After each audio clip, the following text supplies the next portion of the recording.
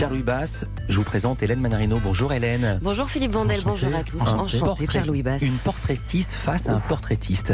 Hélène, c'est à vous. Je suis là pour dévoiler des petites anecdotes que l'on ne connaît pas forcément de vous. Alors on va nager ensemble ce matin.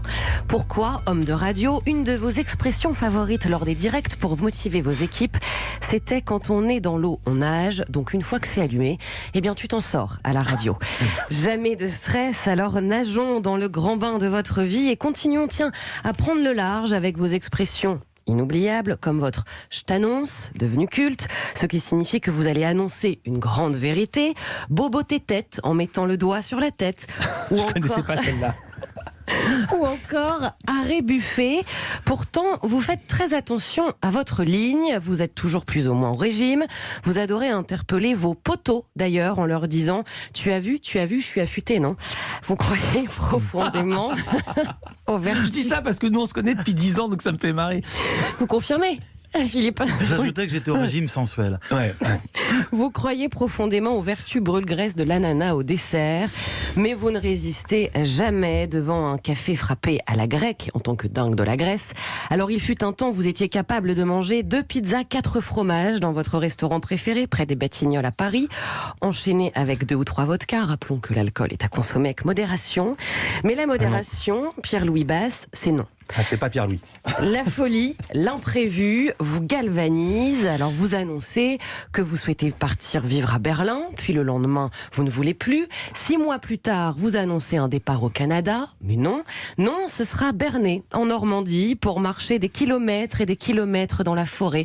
Parfois plus de 10 kilomètres par jour. Alors vous aimez aussi partir sur votre île, l'île aux moines, avec du Barbara ou Jean Ferrat, par exemple. Les Allemands guettaient du haut des miradors. La lune se taisait comme vous vous taisiez. En regardant au loin, en regardant dehors, votre chair était tendre à leur chien policier. L'île aux moines, alors pas de brouillard, non, tout est clair, surtout à 3h du matin quand vous allez chercher des huîtres en plein mois de janvier avec votre copain Marc. D'ailleurs, apparemment, les bottes en caoutchouc vous vont à merveille. L'île aux moines, Saint-Ouen, Bernay, tous ces endroits où il y a eu des dîners pour refaire le monde, ce que vous préférez en écoutant ça, par exemple.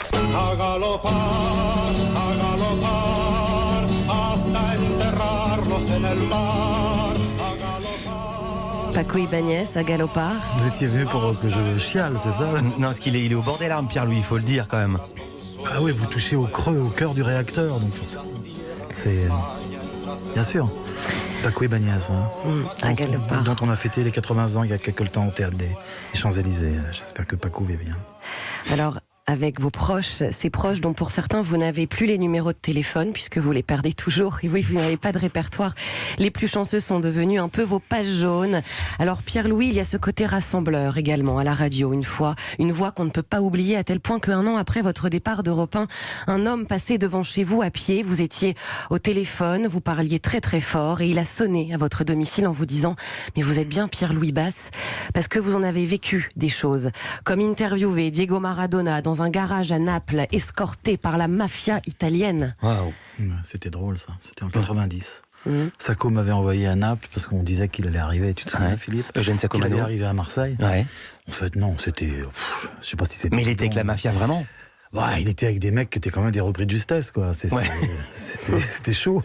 Mais ils m'ont vite sorti du garage. Alors, on y arrive justement à ces souvenirs. Un petit brin de nostalgie peut vous habiter parfois. Avec le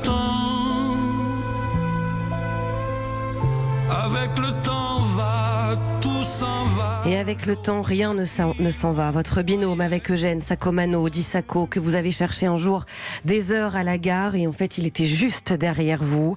JO de Barcelone en 1992.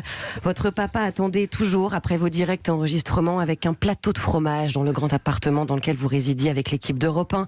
Vous partagiez votre chambre avec Marc Fréjean, réalisateur de La Station, et Jean-Claude Perrin, journaliste, avait pris l'habitude de vous réveiller à 6h du matin pour vous faire manger une pomme comme vous aviez une hygiène de vie déplorable. C'est vrai ça? Et oui. Et tu l'as mangé la pomme? Bon, Perrin, il frappait à 8h du mat pour nous faire courir. Et vous avez changé de chambre un jour, justement, pour qu'il ne vous réveille plus. Alors, un appartement où tout le monde savait quand vous alliez prendre votre douche, car vous vous accrochiez systématiquement au rideau et ça faisait un bruit d'enfer. Alors, Pierre-Louis Basse, vous avez toujours donné ce conseil. Lorsqu'on fait de la radio, il ne faut surtout pas chanter, c'est-à-dire ne pas réciter. Mais vous avez été une très belle musique radiophonique. On a fini? Pardon, on a fini. J'avais pas compris, c'est la chute. Parce que moi j'avais un texte avec des sons, mais Pierre est tellement bavard. Vous êtes ému, Pierre? Oui, bien sûr, parce que d'abord la musique c'est toujours quelque chose de. Enfin, vous avez passé Paco Ibáñez, Ferré. Puis c'est bon, j'ai bien reconnu là. Je crois qu'il y a eu quelques indiques qui sont mes meilleurs amis, Marc Fréjean ou Kachikian, l'avocat, immense avocat, qui me connaissent bien. Voilà, c'était un parcours de vie, mais en tout cas, je m'y suis retrouvé un peu. C'est peut-être, mais je m'y suis retrouvé dans ce que vous avez décrit. Merci beaucoup, Hélène.